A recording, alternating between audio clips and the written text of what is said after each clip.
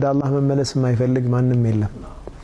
ሐታ ከባባድ ወንጀሎች ላይ ወድቀን እንኳን ግን ወደ አላህ የመመለስ ፍላጎት ኢማን እስካለ ድረስ ሁሌም አለ።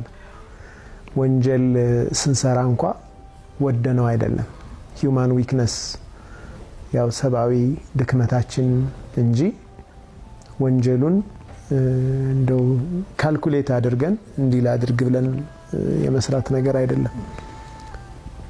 ግን እንቀጥራለን ጊዜ ያለን ብለን እናስባለንና እንደው የሚታይ ቦታ ላይ ምናልባት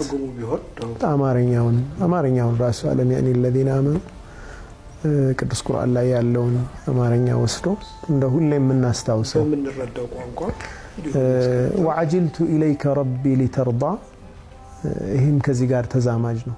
ነብዩላህ ሙሳ አለይሂ ሰላም ጌታዬ ወደ አንተ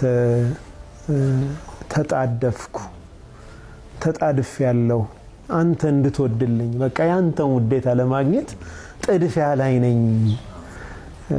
በጣም የሚገርም ስሜት ነው የሚሰጠው። ከሰዎች ጋር ባለን ግንኙነት ነብዩ ሰለላሁ ዐለይሂ ወሰለም ሁለት ሰሃቦችን ምን ትላላችሁ ብለው እኮ ጠይቀው አይደለም ጀናዛ ሲያልፍ አንዱን በጣም ኸይረኛ ነበር ያ ረሱላህ ሰለላሁ ዐለይሂ ወሰለም እንደው ምን ነው ባልሞተብን በጣም በኸይራ ወሱ ወጀበት አሉ ነብያችን ሰለላሁ ዐለይሂ ወሰለም ጸድቃለች አሉ ثبتች። ሁለተኛው ሰው መጣ እዚህ ሰውዬ ስል ምን ትላላችሁ? አረ ያ ረሱላህ እንኳን ሄደ አንቱም ሹሃዳኡላሂ ፊል አርድ እናንተ ምድር ላይ የአላህ ምስክሮች ናችሁ። ሐቂቃ የኛን ህይወት ስናየው ምስክር የማሰባሰብ ስራ ላይ ነው ያለነው።